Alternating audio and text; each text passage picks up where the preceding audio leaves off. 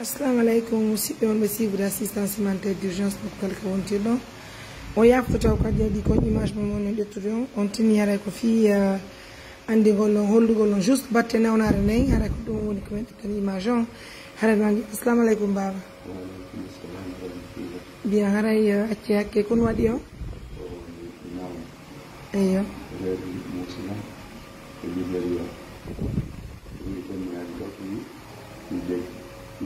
opération na opération para el proyecto oggi mi la montana parce que la camay docteur de ha de no wonde de mo balé sal don gorko sikkano wonde mi yarto way ko jande non ko ma da e musin Allah subhanahu wa ta'ala wadi hay ay godi wala me barme kono ɗoyɗum firti opération on laabiɓe ɗiɗi ɓe keɗi yalde ɗum kamɓe kadi ha min hewtoya koɓuɗo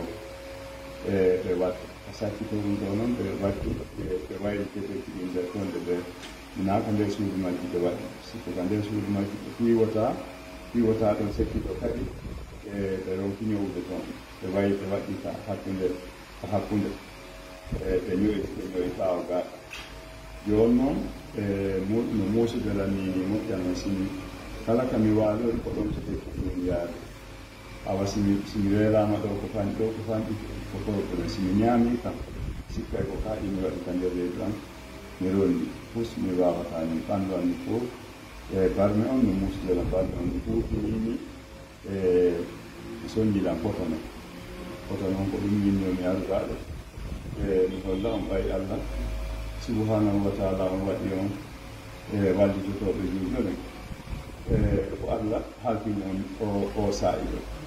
e moƴƴere anniye si tawi mi hara moƴƴere anniye e nunɗal alama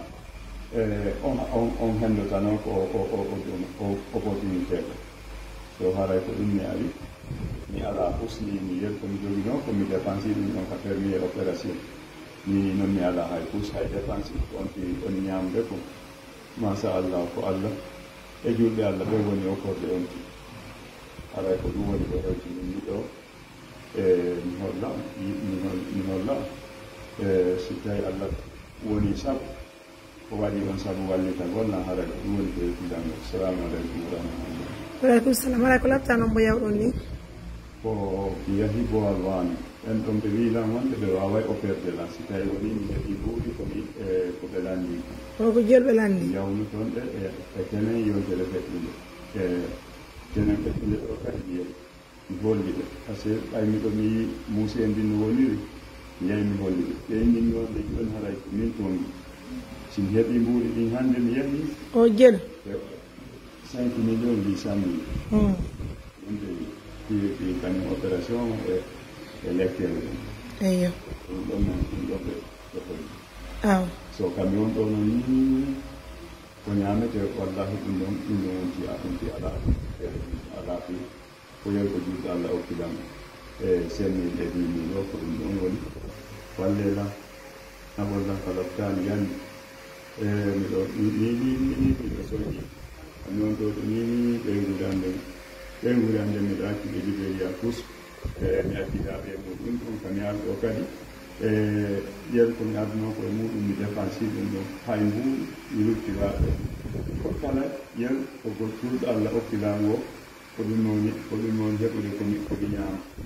hay so mi waɗilan ɗo joni hati mi waɗilan ɗo joni opération ɗo ko ñaamete ko haray ɗum kadi koye ɗumgo yimɓe Allah ɓe woni haray mi torike on sabi Allah wallela miɗo soñji poto noon yandi o yi reedu am ɗum no waɗi ɗum ɗo si woni ha koye ɓuri ɗo arani andi ko hikkoto ɗo kon si tawi cellal heɓaki ko mayde hikkoto so on tino jogii pay koye keccoy hay fus kono nde wiide on joni vous avez entendu notre papa, on s'excuse d'abord pour l'image. C'est juste une manière de vous montrer l'image, encore une fois de plus, mais nous avons bandal. Il y a une fille pour son opération, il monte en 5 800 demandés. pour qu'on puisse l'envoyer à l'hôpital de Boalwan. Ensemble, on va faire quelque chose pour le vieux. Regardez comme une fois c'est compliqué. Encore une fois de plus, je vous laisse.